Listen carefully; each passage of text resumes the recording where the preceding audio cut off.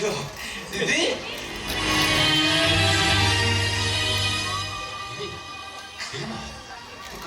କଣ ହେଇଛି ଦିଦି କଣ ହେଇଛି ସେ ବାପ ପୁଅ ଦି ଜଣ ମତେ ମାରି ଘରୁ ବାହାର କରିଦେଲେ ଆଣିବେନି ସେମାନଙ୍କୁ ବାପ ପତିଟା ତମ ଦିନ ହାତ ଦେଇ ଛୁଣିବାରେ ସେମାନଙ୍କୁ ହାଣି ପୁରା ପିସ୍ ପିସ୍ କରିଦେବି କେତେ ସ୍ୱପ୍ନ ନେଇ ମୁଁ ଶାଶୁ ଘରକୁ ଯାଇଥିଲି ସବୁ ସ୍ୱପ୍ନ ମୋର ଜଳି ପୋଡ଼ି ପାଉସ ହେଇଗଲା ମୋର ସେ ରାକ୍ଷସ ସ୍ୱାମୀ ମୋ ଜୀବନଟାକୁ ନରକକୁ ପଠେଇ ଦେଲା ଏ ହଉଛି ଆମ ବାପ ଝିଅଙ୍କର କର୍ମ ଫଳ ସେଦିନ କୋର୍ଟରେ ଗୀତା ଛୁଇଁକି ମିଛ କହିଲୁ ଇଏ ହଉଛି ତାରି ଫଳ ଗୋଟେ ରାକ୍ଷସ ସ୍ୱାମୀକି ସମର୍ଥନ କରୁ ଇଏ ହଉଛି ତାରି ଫଳ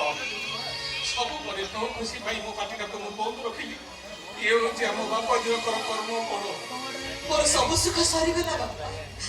ମୋ କର୍ମ ଫଳ ପାଇଁ ଜୀବନ ସାରା ମତେ କାନ୍ଦିବାକୁ ପଡିବ ଖାଲି ଖାଲି ମରିବାକୁ ପଡିବ ତାହେଲେ ମୁଁ କହିବି ତୁ ଇଏ ପ୍ରଭୁ ରାମର ଝିଅ ନୁହେଁ আরে বীর প্রসাদে দেহ কাঞ্চি রানী মীরাবাই পরি নিজ ধকা তাহলে হারি যাব সাংঘাতিক ভাব তু হারি যাব বাবা মতে কোন করিব কহব ওকে সে পাপি রাক্ষসକୁ বিভর্ষ দেବାକୁ হব ହଁ ଦିଦି ତମେ ସେଇଆ କର ତମେ ସେୟା କର ଦିଦି ସେ ରାକ୍ଷସ ସ୍ୱାମୀକୁ ତମେ ଡିଭୋର୍ସ ଦେଇ ଦିଅ ଆରେ ଜଣେ ବାପ ହିସାବରେ ଝିଅକୁ ଏଇଆ କରିବା ଠିକ ନୁହେଁ ମୁଁ ମନ କରୁଛି ସେ ପାପି ପାଖରେ ରହି ସାରା ଜୀବନ କାନ୍ଦିବୁ